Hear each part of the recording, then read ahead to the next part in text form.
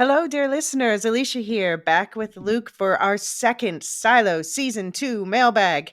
We'll be talking spoilers for the first 3 episodes of this season this time, so make sure you're caught up with both the show and our breakdowns. And Luke, what's our spoiler policy otherwise?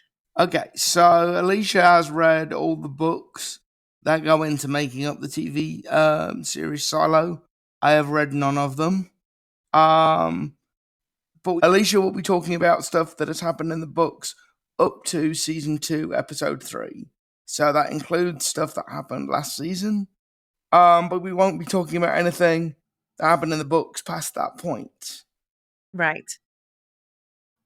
And there are extra spoiler casts you can find in the book club. You'll find those links in the show notes for anyone who is interested in that extra layer of spoilers with all the book spoiler speculation.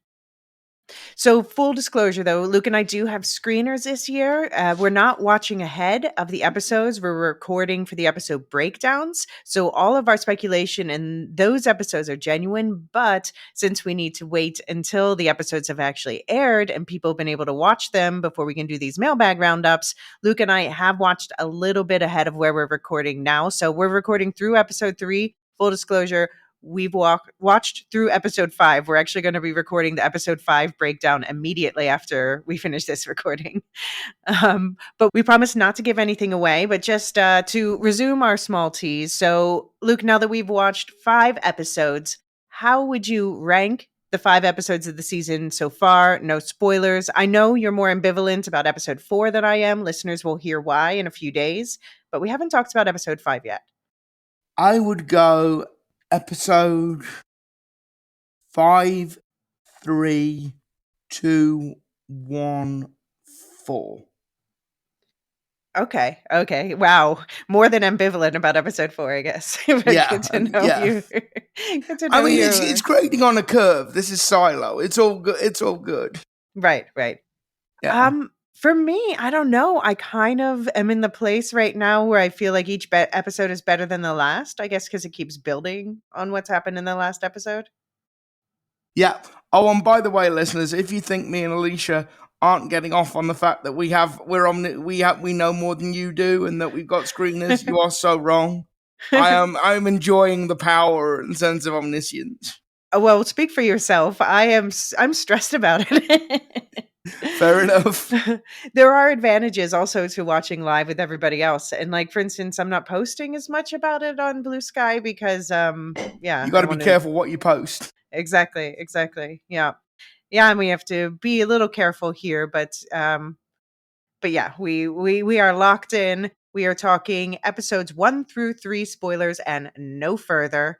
Yeah. But I can tell listeners things are definitely reaching a crescendo by mid-season. So we do these mailbag episodes every week or two as we can work it into our schedule. So do keep sharing your thoughts on the rest of the season. You can send them to woolshiftuspodcast@gmail.com. That is the best way to do it. It makes my life easier.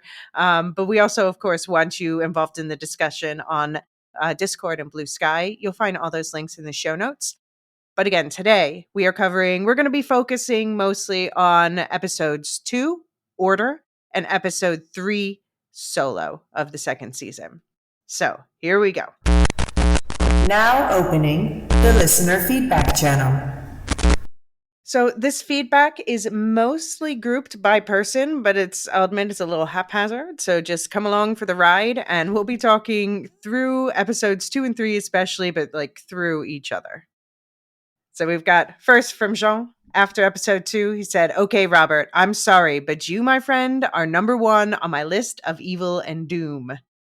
I don't know. You and I kind of, I guess maybe we can't comment on that. No, I guess we can't. But Jean, it's taken you the whole of season 1 and 3 episodes of season 2 to come to the conclusion that Sims might be a bit of a wrong'un. Like, where have you been, Jean? What show have you been watching? Oh, I think he's always thought that, but maybe just, well, it's like we say Simsnard for a reason because they both have their moments. Yeah. They certainly do. So Danji, after episode 2, says, just finished the pod for episode 2 and I really enjoyed your discussion regarding Bernard's reaction to Meadows giving up alcohol.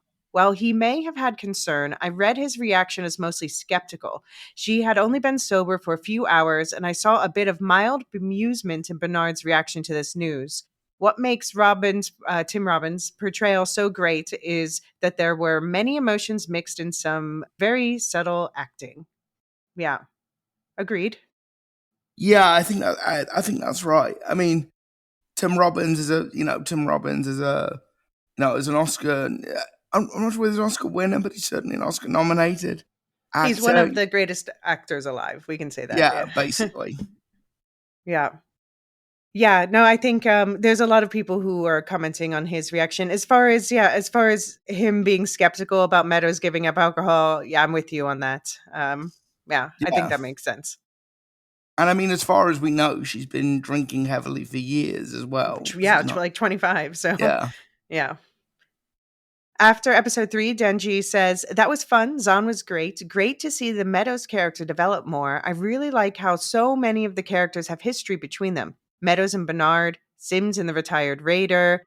I guess that's Camille. Knox and Shirley, and now Juliet and Solo. Oh, and the retired raider, I guess, is Reggie from the one who shot. Knox and Shirley, and now Juliet and Solo are for the first time each meeting someone new to their world. Did Juliet speak more lines of dialogue in this one episode than she had in all previous episodes combined? Not a criticism, just to see her speak so much was a new aspect of her character I do not think we've seen. Yeah, let's pause there. I think that's also why she, like, her conversations with Solo are so adorably awkward. Yeah, because like Solo's been on his own for 20 plus years, and Juliet is not she's not a very verbal person. She's not, she says what she wants to do by doing things rather than by talking about it. Right. And now she's put in this position, especially we see in episode 3 where she has to really coax him out of hiding. Yeah. And that's not necessarily, she's not the one known for the honeyed tongue, No. Yeah. So Den says, love the pod for episode 3. Great discussion, which was fun to listen to. I do not think it's such a stretch for the Order to rely on Mechanical to be blamed for the Silo's problems. A look at U.S. history shows how this allegory plays out. In the mid to late 1800s, poor white people in the South were convinced by wealthy slaveholders to fight in a war that benefited the wealthy, not the poor. Just over 100 years later, the country was convinced to go to war overseas to fight the communist boogeyman in Vietnam. A generation later, this quote-unquote Southern strategy solidified the former Confederacy to vote based on social issues, not economic ones. Today, we see immigrants and the LGBT community take the place of Mechanical. They are to blame for the ills of the poor white people, we are told, and plenty of voters buy in. And Paul Kent responded, having listened to It Could Be Said, I'm now intrigued to hear Luke comment on that last part. Okay. I mean, well, thank you for listening to It Could Be Said. We're always looking for new listeners. I mean, I think it's a little bit risky to draw straight parallels between our world and the Silo, because the Silo is a much more precarious existence. It's an entirely artificial environment. And whilst I do take everything that was said there on board, the fact is that Mechanical have much more leverage over the actual survival of the Silo and the survival of all the people in it than any of the groups that were mentioned in that email. So, whilst I think there are parts of Silo that work as allegory for the real world, I also think it's a very different environment, literally a very different space. And so I'm still not convinced about this whole idea about turning people against Mechanical. Just because of the leverage Mechanical have over everybody else. Yeah. Yeah. I mean, I guess, it's not quite. I mean, I guess they're in a more abstract way. You could say, for instance, with immigrants now, immigrants often make up a lot of the the workforce. So, there's a current issue now where there's calls for mass deportations from the US. And morality aside, just looking at the economic side of it, there are great fears that there's reasoning that said it's to help ease, the crunch on housing. However, one of the issues with housing is that it is being built by the same people that they're trying to deport. So that is going to get in the way of that, and it's going to. It is shooting yourself in the foot to do things like this, and this does happen. But I suppose it's just so much more visible in the Silo world because they literally and so much more direct as well. I think is the issue. You don't have to think about it for a second to get it. It's like, but we can't talk about that. But we'll talk about in episode 5. Short-sightedness. We are being so careful. Listeners. I know. See, this is hard. Yeah. But I mean, in episode 5, this is a question that will come up again, and I'll say we talked about it quite a lot in episode 4 too. Yeah. So, but I think so when you hear episode 4, know, Dan, that we had these conversations before getting your feedback, and I do take that on board, and I am trying to think about more how this does fit with the real world analogy. And also I'm trying to, I know this is different for Luke's coming at it from the political science perspective, and I'm trying not to be like, but in the book, even though you might hear me say that a few times. It's just, but regardless, even when we get frustrated with how the show handles complex societal dynamics like that, the fact that it's asking these questions and pushing us to have these conversations says everything. Yeah, I think it does. Yeah, and that's why this is such a good show. Yeah, well, one of the reasons, certainly. Yeah. One of the reasons, obviously, yeah. Okay, so Ashley S. says, after episode 2, did anyone else notice the mention of OSHA in the order book Bernard referenced? You can only read the first few lines, but I thought that was very interesting. It states, Silo Emergency Action Plan Standard. I have to say I should have paused and read. I know that the graphic designers, like we talked about last season, Pippa, I forget her last name, sorry.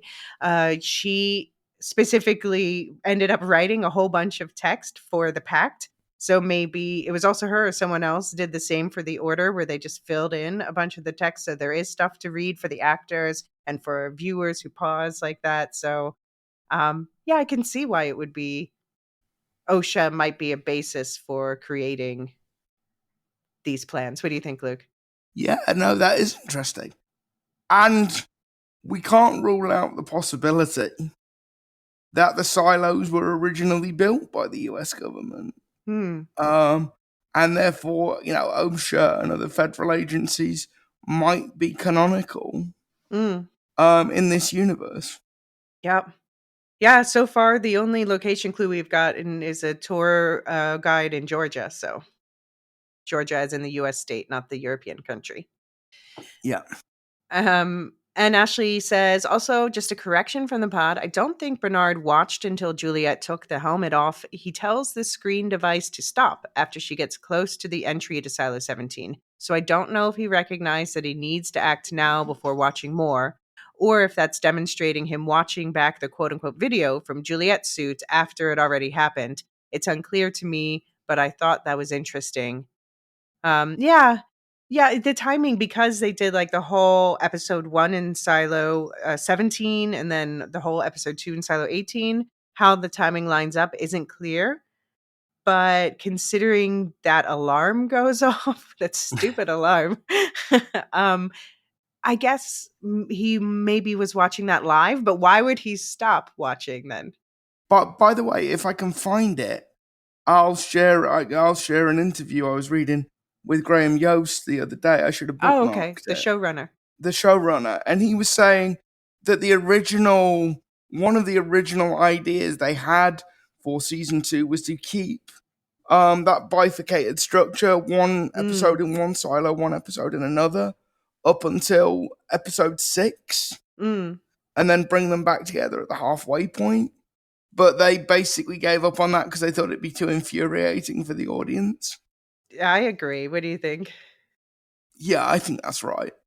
Yeah, I mean, even I already see with episode 3 people being like, "Oh, phew," because also people have their favorite characters, and a lot of people's favorite character is Juliet, for instance, and then it's selling the other story short. Yeah, I like them together in the same story, and also makes it more clear they're playing out at the same time.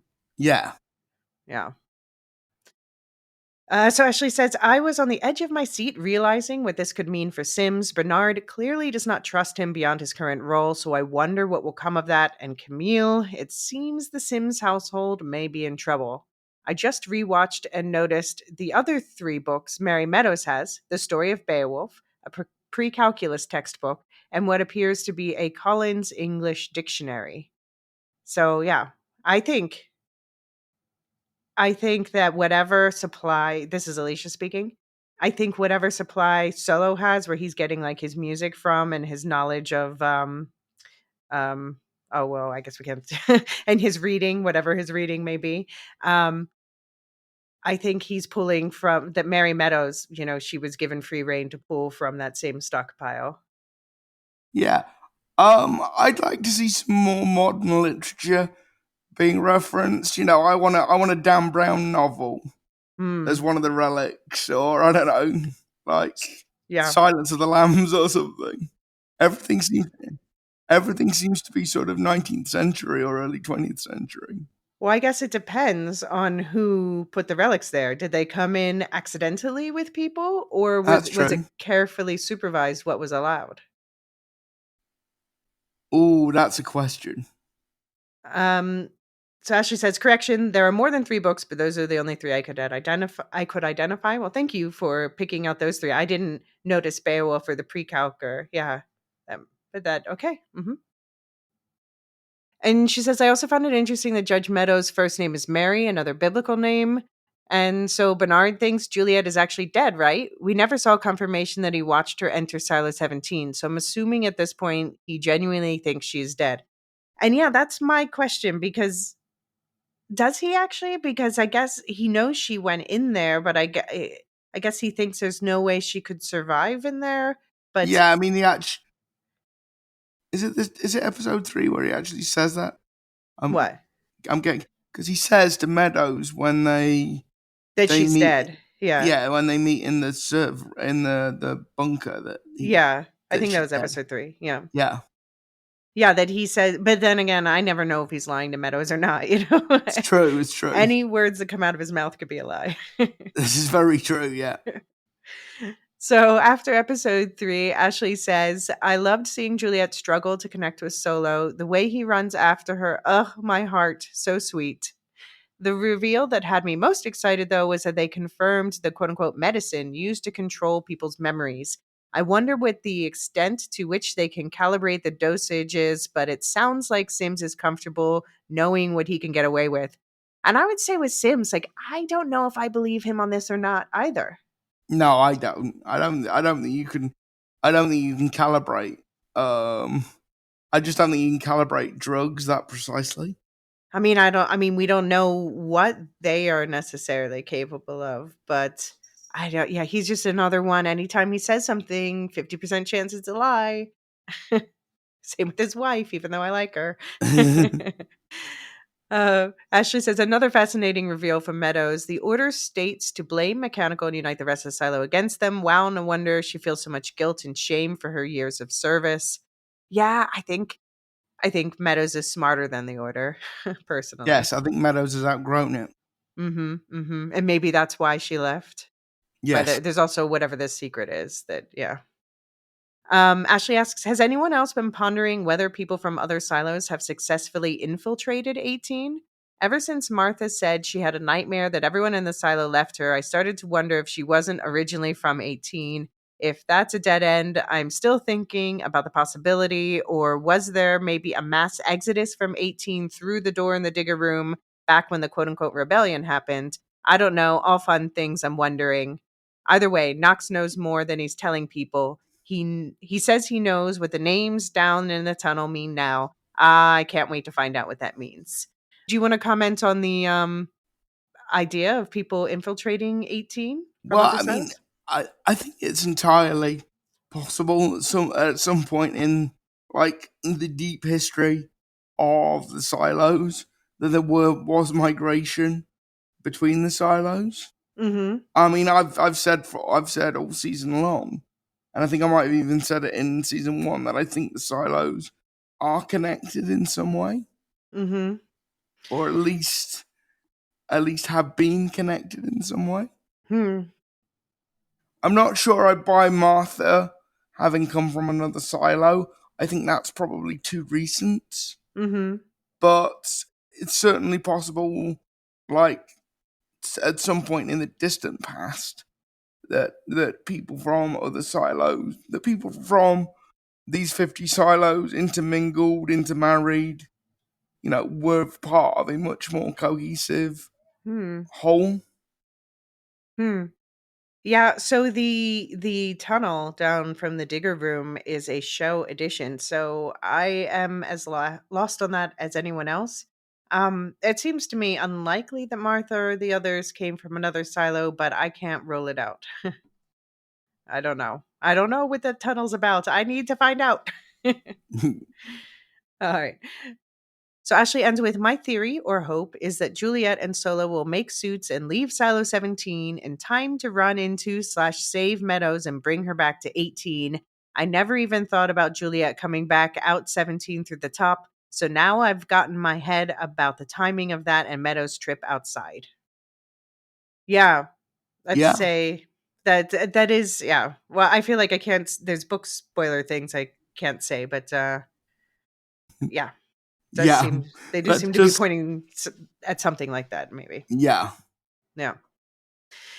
So her royal bubbliness says after episode 2, Bernard came off as more human because I always thought he was omniscient on the silo, but this episode showed he wasn't at all. I think Bernard underestimates Sims on how perceptive he is, and that may become his undoing. As Luke said, one might just kill the other this season. What do you think? Do you think Bernard underestimates Sims? No, actually, I think he's got a very good handle on who Sims is, Yeah. but I don't think he's got as good a handle on what he might be capable of. Mm. Well, I Um, guess that's underestimating. sort of. But yeah, no, I don't think Sims is cleverer than Bernard thinks he is. He might be more ruthless than Bernard thinks he is. Hmm. Hmm. Oh, I think also Bernard may not realize at this point how much of a role Sim's very clever wife plays in Yeah, his decision making. So maybe he's underestimating the Sims family unit as a whole. yeah. Yeah. She continues, what do we think is running through the mind of Juliet's father as he just sits watching the screen the next day? This just made me think of how, in real life, in the call for justice and truth, we completely lose sight of the people close to the victim and asking how they're feeling. Yeah, I'd like to see how he's like taking comfort, I guess. In we see him stage his own rebellion in the next episode with the birth control and the not doing the code orange thing that he was told to do. So I think he's being inspired by her. I think he's handling it all very well considering, but it seems like anytime there's like a baby girl within arm's reach, he's cuddling. He's gonna Yes, cuddle that baby. this is true. There's a lot of surrogate parenting going on here. Yeah. Yeah, and he's like, baby girls for everyone, name them all Juliet. Babies. Oh, oh, poor daddy, Dr. Nichols. I Yeah, want poor good daddy. things for him. Luke wants him to die, apparently. I'm just kidding. I know you don't. No, I don't want him to die. I just You think just he keep will. predicting it. Yeah, there's a difference. Yeah. All right. So, Precious asks, does Bernard also desire a hot air balloon, or he's a believer through and through, come hell or high water?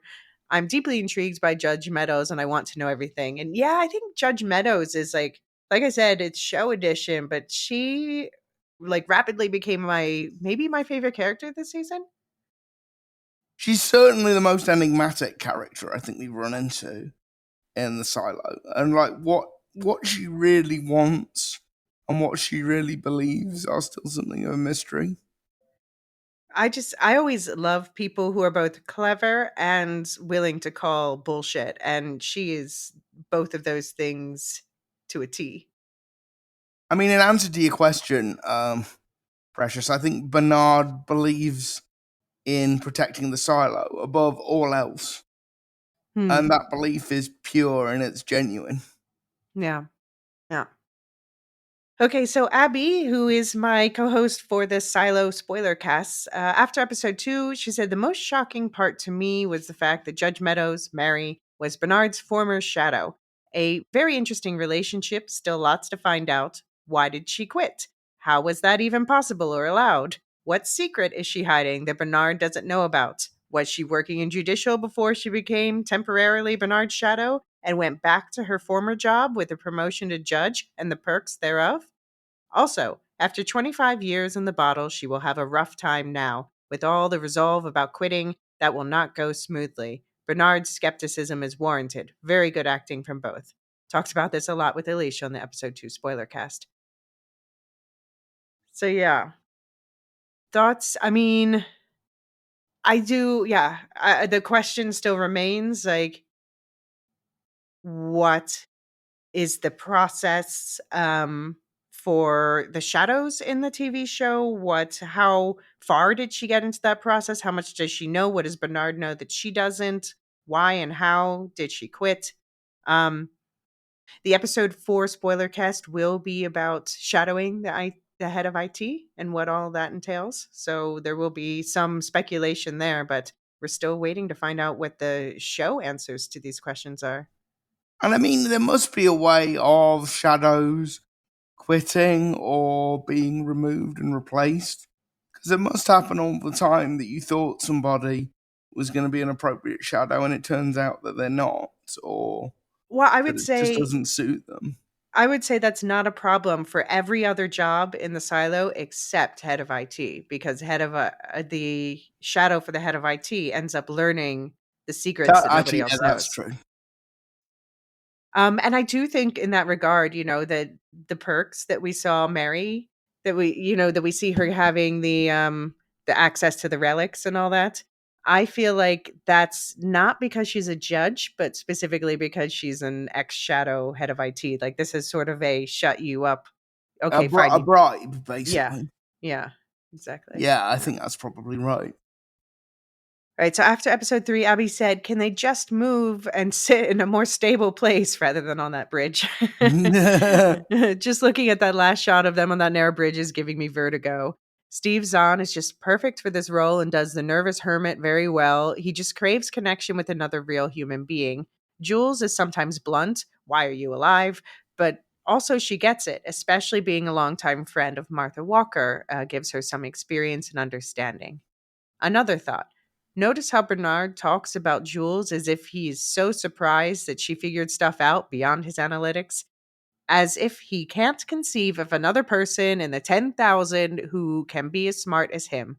Hopefully, this underestimation of people will be his undoing.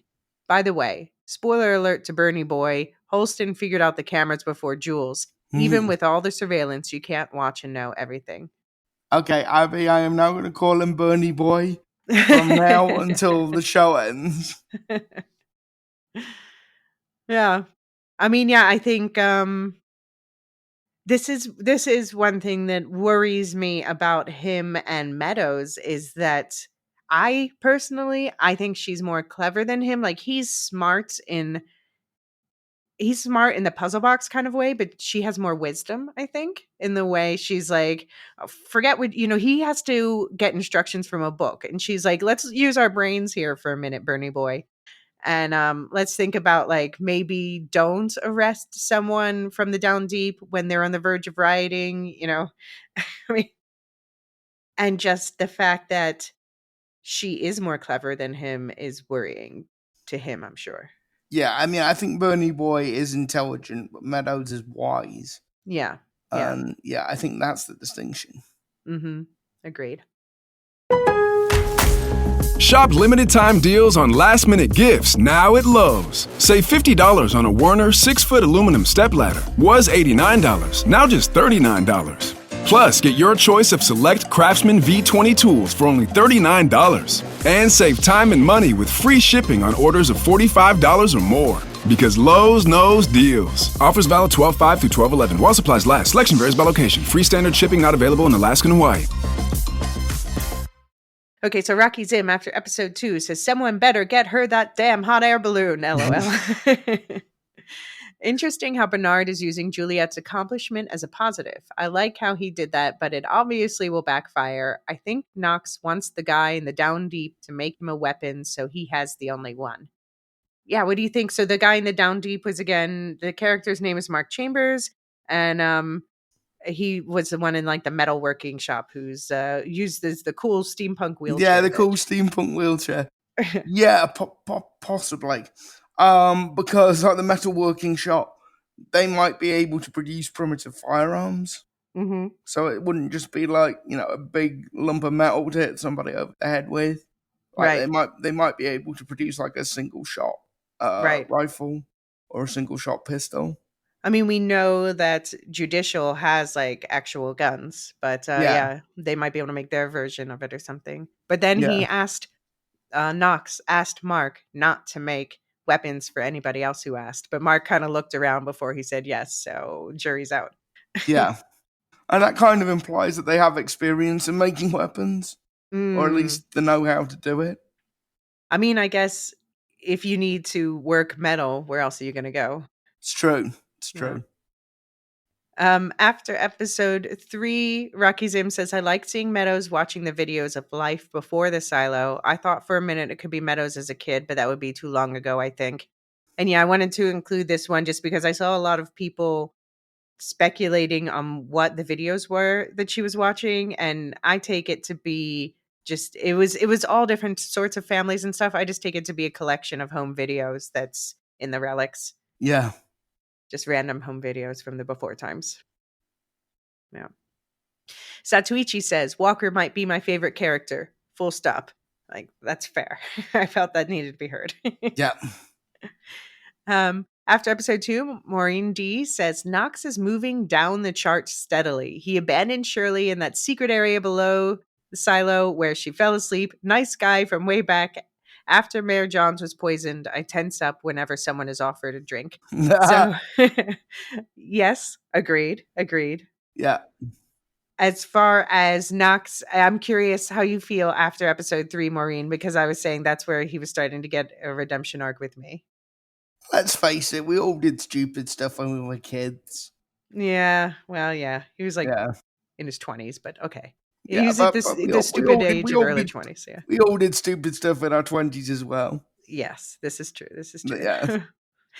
So just some, we talked about this last season, but Paul Kent pointed out Billy Postlethwaite, Hank, is the son of the late British actor Pete Postlethwaite, who was a very familiar television actor here in the UK and movies. And Lestu said, one of my favorite performances of his was The Usual Suspects. And Maureen D says he was also in The Name of the Father. I know you also. He was Mr. Kobayashi. My favorite Pete Postlethwaite performance is in a film called Brassed Off, which also includes a very, very, very young Ewan McGregor, like a baby Ewan McGregor. I don't even know that movie. It's about a brass band at the Yorkshire Colliery competing in it's the typical outsider competing in the big prestigious competition in the capital, and they win. Okay. Yeah, I mean, I definitely, he's one of those faces that I knew, but I wasn't as familiar with him as you Brits are. Yeah, he's one of those guys that turns up, that was in everything that was on British television in the 90s and early noughties. Yeah. And Maureen also points out Rick Gomez, Patrick Kennedy, was in Band of Brothers, playing a great character that did impressions, which I've heard. I know people recognize Rick Gomez from other things. Oh, shit, really? You know who he is? He was gonorrhea. He was gonorrhea? Oh, my God. What's the character's name? I didn't watch Band of Brothers. The character's name was Garnier, so everybody called him gonorrhea. Of course he is.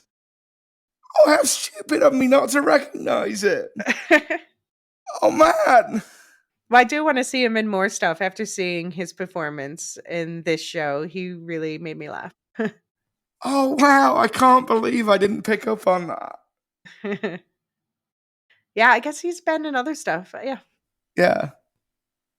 Okay, Duve71, aka Stu, says, just watch the ep, and I will definitely be watching again this weekend and pausing the moment Bernard opens the order. So this is about episode 2. From the get-go, this episode was just fire. I am just going to gush over season 2, just cracking TV. If David gets the chance to watch, can't remember if he is or not, would be interested in his take on some of the production work in episodes 1 and 2. Episode 1 seemed close in, tight, and almost claustrophobic, reflecting Jules and her journey into Silo 17, whereas in episode 2, it felt really cinematic, even in the scenes of one-to-ones. Loving what the showrunners are doing, and the differences between what's on screen and what's in the books is really interesting. Will we see Meadows taking the long walk?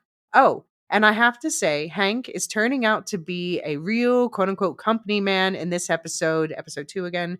Bro, side with mechanical or you might become a copper. And then after he says, done my rewatch of episode 2, and I'm with Elysia. It was a lovely, tender moment of Doc Nichols cradling the baby girl, showing the deep feelings he is holding in check about Jules. Such a fleeting moment, but beautifully played. On second viewing, I withdraw my statement about Hank being a company man. He's just a guy getting by, trying not to upset the apple cart. He's good people in a bad situation. The judge is certainly a complex character, and loving the dynamic between her and Bernard. Is she the only other person in the silo he respects? Certainly seems that way.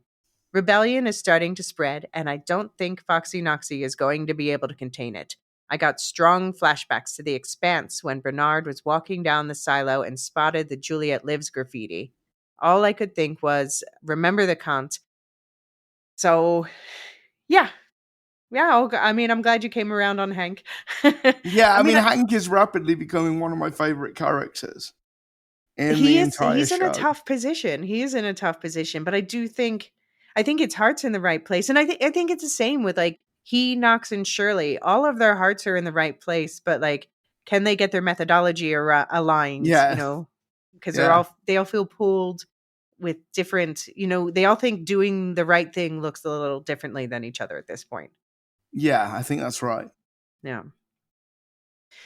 All right, so we got an exchange about Bernard and Mary that I'm just going to read the conversation between. um, so the TCS said, I think Bernard will give her the good tape. The question is, would Bernard betray Mary? And the TCS said, I think Bernard will give her the good tape. He seems to really hold her in high regard. So if she does this for him, he will give her the balloon ride escape she wants.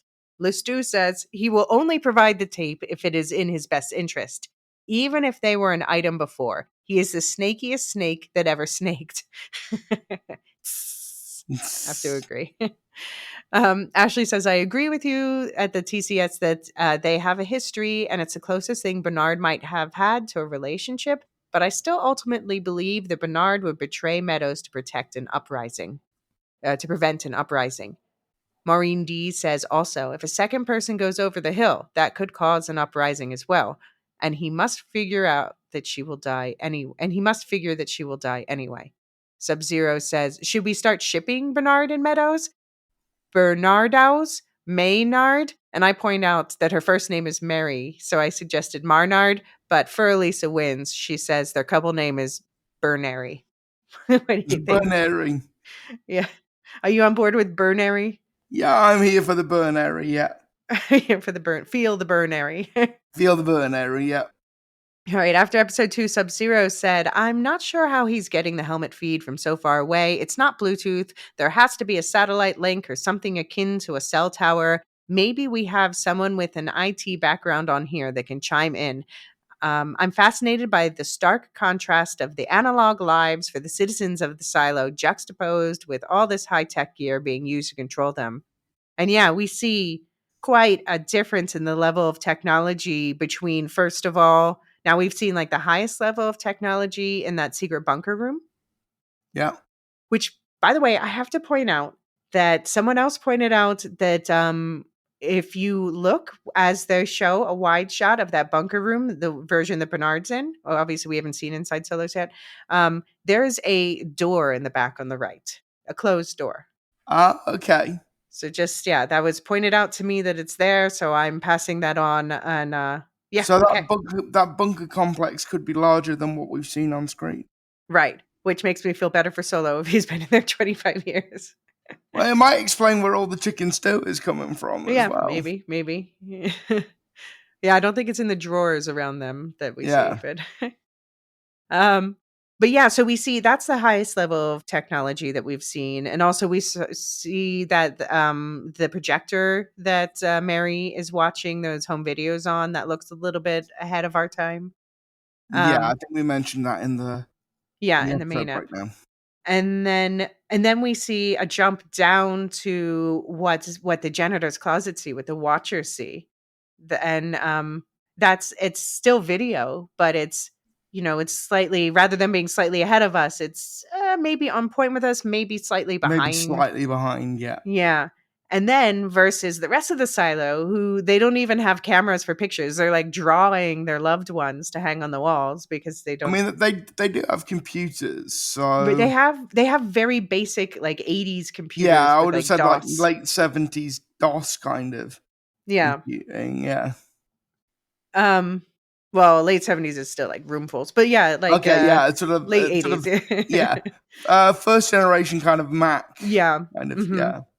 Yes, but and they know, the rest of the silo knows photographs exist because they have photographs on their IDs, but they don't have cameras at home, and most of them have no idea that there's video cameras monitoring them all over. That's something Juliet had her mind blown by. They've never seen video. Do you think there are silo-wide Pong tournaments?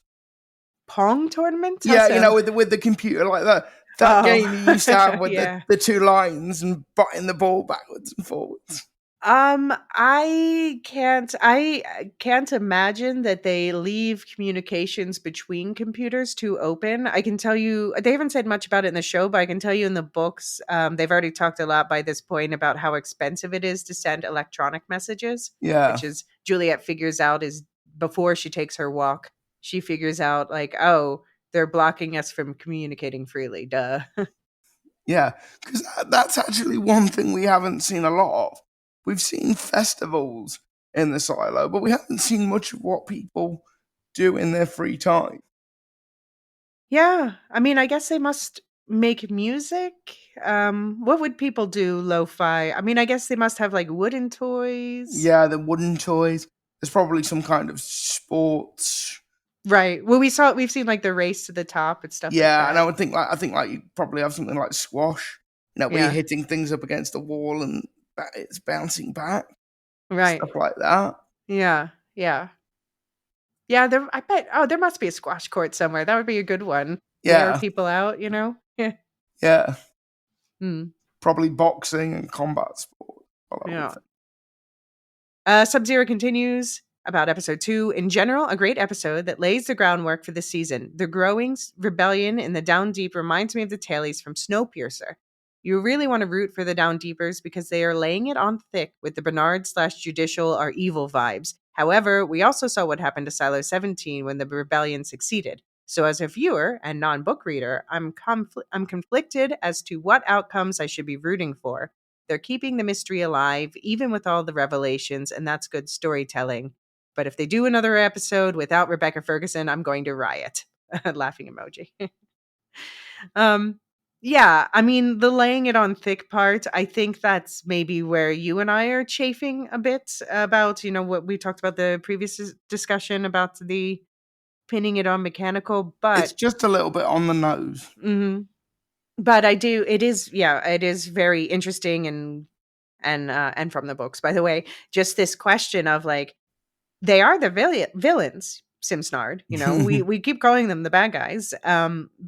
But at the same time, as we see in Silo 17, they are doing it for a reason, and they are legitimately, Bernard at least, who knows Sim's motivations other than getting a promotion. But Bernard does legitimately think this is what will lead to the long-term survival of the silo, and because he knows what can happen. Yeah. So after episode 3, Sub-Zero says, Meadows is definitely on her own team. She's with Bernard for her own benefit. I thought for a minute that they were going to be a dynamic duo, but now I'm not sure the partnership is going to last very long. And there's a childlike quality to Solo that's both disconcerting and heartwarming at the same time. He's deeply guarded, but also craves companionship. Steve Zahn's killing it. And there are way safer places to sit than on a makeshift bridge hanging out over a chasm with no guardrails. I think we're finding out who in our audience has got Acrophobia. vertigo. Yeah. Acrophobia, yeah. Yeah, acrophobia. Okay, Rebecca Fan says after episode 2, I enjoyed the second episode quite a lot. Tim Robbins and Harriet Walter were the MVPs for me. I wonder if Bernard knows he is a bad public speaker, LOL. While I did miss Juliet, I love how she haunted the episode. Yeah, well put. She still, even though she wasn't in that episode, she hung over it for sure. I thought Bernard. Everyone always says Bernard's a bad speaker, but I didn't think his speech at the funeral last season was bad either. But I guess this shows I'm an awkward person. So Yeah, and actually, I thought that the speech at the funeral was pretty awkward. I thought this one was actually quite effective, and like where he's talking to Meadows later on about sort of running it, treating it as a series of calculations. And I love the fake hecklers. That is such a power move to know, to hire your own hecklers. right. Yeah. Yeah, it shows confidence. Like, yeah, you can have people say the worst things people are thinking, because I know I could. Yeah, I know. I know. I've got an answer. Yeah. And after episode 3, Rebecca Fan says, I love Juliet and Solo. Let them be the rest of the show. Laughing emoji. I love Juliet and Solo, but I have to say personally, I'm even more intrigued in what's going on in 18. I guess it's because there's more pieces moving over there. Yeah, I think Silo 18 is it's kind of the heart of the show. Although, I mean, the heart of the show is also Juliet. Yeah, skeptical kinda. face from Luke. Yeah, skeptical face. Okay. Well, I mean, I think, this just goes to show you that this really is an ensemble show. Yes. As much as Rebecca Ferguson is clearly number 1 on the call sheet. Yes. So 2 Kids, 2 Dogs, aka Nancy, says after episode 2, disappointed with this episode because of the Meadows plot line. What is going on? Were they lovers who had a fallout? Why this now? Why speak in so many riddles? Just say what you mean. 25 years of drinking every day. Somebody check her liver. Really miss Juliet. And after episode 3, great episode. So glad that improved for you, Nancy. Love the scenes with Juliet and Solo the most. I'm listening to the pod and had to stop to make a comment about the Pez dispenser. Bernard does know what it is. In season 1, he looked it up in a book. And I just want to point out that this, Nancy, may not be what you're thinking of, the book he looked it up in. So the book that he looked it up in last season it was a book that was created by the people who live in the silo over time, where they documented all of the relics that they basically took back into custody. So this is not like it's not a book that would come from before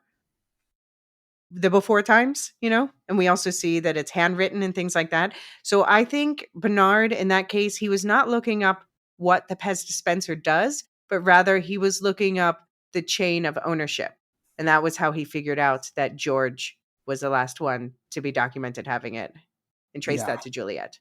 Yeah. The TCS says after episode 3, and it's all after episode 3 from here on out. It seems like Judge Meadows is way smarter than Bernard, almost in 3 steps ahead kind of way.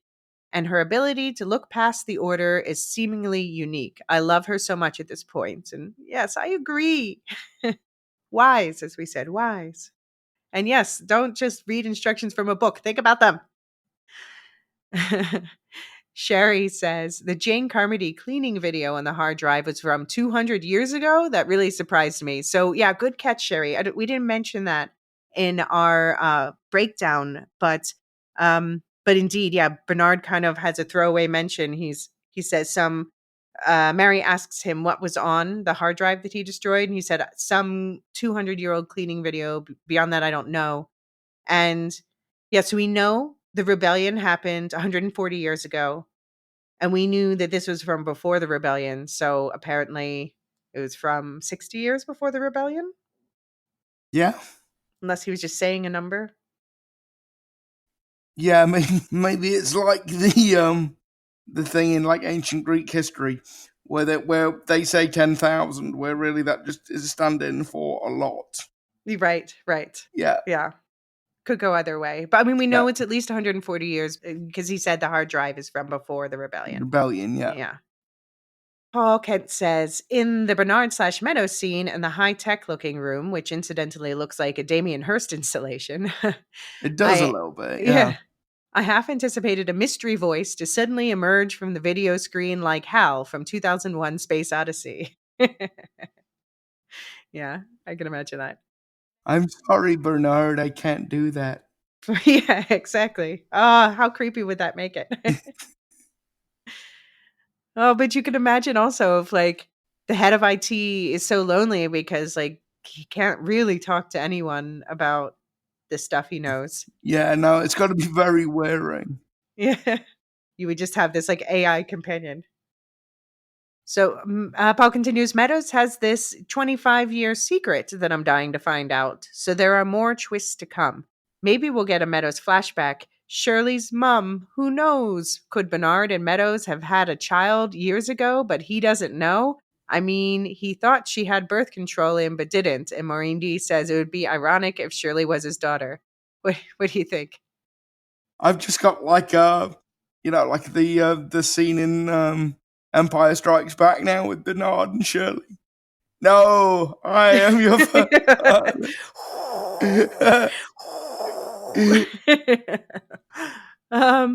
I mean, that seems like a stretch theory to me, but I like it. Keep them coming. Yeah, I definitely, it is a bit of a stretch, but I like it. I wanted to be good. Chumba Rooney says, I'm thinking after Bernard lets Meadows go out, he's going to secretly give her the shitty tape or put a secret hole in her suit or something so that when she goes out, she will die, so that he can try to put the idea that it's nice outside out of people's heads. I don't trust Bernard to do what he promised. He's always trying to spin everything. What's he going to tell the Silo when Meadows is suddenly missing? He's got to have something up his sleeve. Yeah, we can't really talk about that. Yeah, I mean, don't trust Bernard seems like a way to go. Yeah, we can't really say anything. But David Mack says, I don't trust Bernard at all, but I also get the sense that if he's going to do right by anyone, it would be Meadows. I really like what they've done with Bernard in the show as a character. And Sub-Zero ends by saying, I think Bernard and Meadows trust each other as much as it is possible for them to trust anyone. Not saying they won't betray each other, but it would only be for what they consider to be an absolute necessity. And yeah, I that's the vibe I get too. I think that's fair to say. Like, it's, as much like I don't think either of them trusts a single soul on this planet, but they have more of a connection with each other than anyone else, for what it's worth. If only for the fact that they both know things that nobody else knows. Right. But there seems to be more connection than that. Like, let's look back at the suit measuring scene. That's hot. It really felt like an excuse just to get close to her. But yeah, but I don't trust him as far as I can throw him. And I can't throw him at all because Tim Robbins is like twice my size. Yeah. You're like 9 feet tall. Yeah. Yeah, so, okay, that was final thoughts. I think we'll avoid adding too many final thoughts of our own since, as we said, we watch a couple episodes ahead, but just suffice it to say, I think you're all asking the right questions. And, of course, not all the questions are answered in the next 2 episodes either. Anything you want to add? Only that I'm always very grateful for all the time people take to write to us. So thank you for everybody, whether we read your comments out or not. Thanks for taking the time. Very much appreciated. Yes, yes. And yes, I'm sorry if I missed your feedback. There's been quite the discussion going on Discord and other media, so I hope you all jump in.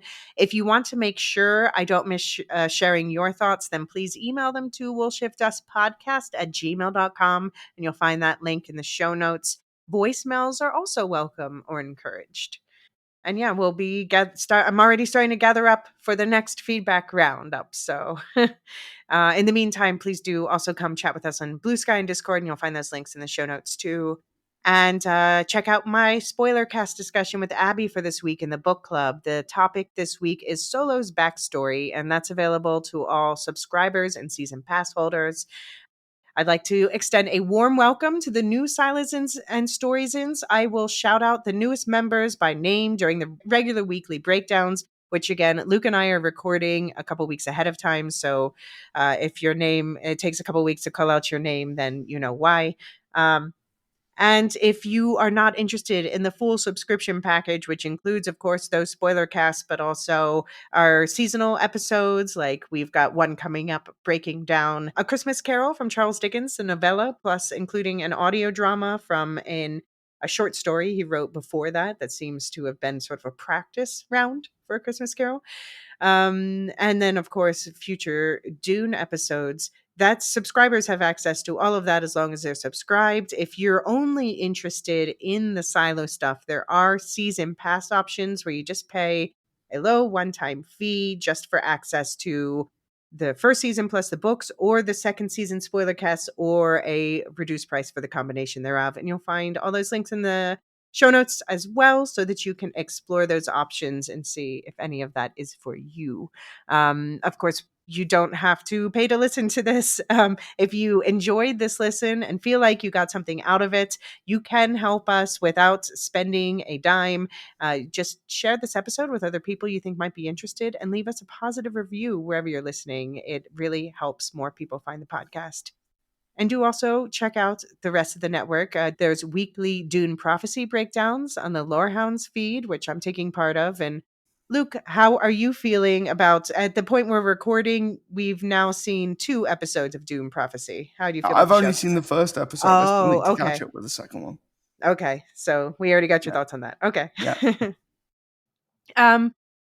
And also, we have a skeleton crew is about to start as we're recording, and John's going to be leading some coverage of that on the Lorehounds feed as well. I'm definitely going to throw in some thoughts, but it's quite busy right now. So, Skeleton Crew is definitely one of the shows I've been most excited about coming out. So I'm definitely going to be sending in thoughts for every episode they do. I think it's going to be mostly John and Marilyn, though.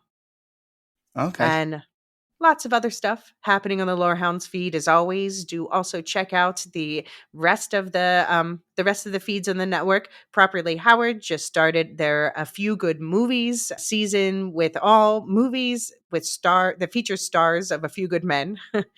There's also, of course, my own The Star Wars Canon Timeline podcast, which is a project telling all of Star Wars in timeline order. And we've got Radioactive Ramblings. They're covering Arcane. They're covering Ghibli. They're covering the Red Rising books. And Nevermind the Music, where music theory, I know I'm not supposed to call it that, Mark, sorry, where music composition meets psychology. And of course, Luke, your own It Could Be Said. We've got Paul Kent's listening. Yeah, so thanks for that, Paul. I'm really busy marking papers at the moment, and my Doing this co-host, stuff. I'm doing this stuff. My co-host Simon Alvey works in public relations, so this is his busiest time of the year. But we were talking the other day, and we are going to try and record something relatively soon, because we've got a lot of stuff happening at the moment in UK politics. So we really feel like we need to weigh in. So watch this space. Yeah. Okay. Any final thoughts before we sign out? No, just thanks again to everybody for the feedback. Okay, great. Well, we'll be back in your ears for our episode 4 breakdown on Friday, and we promise we'll bring your suit with the good tape.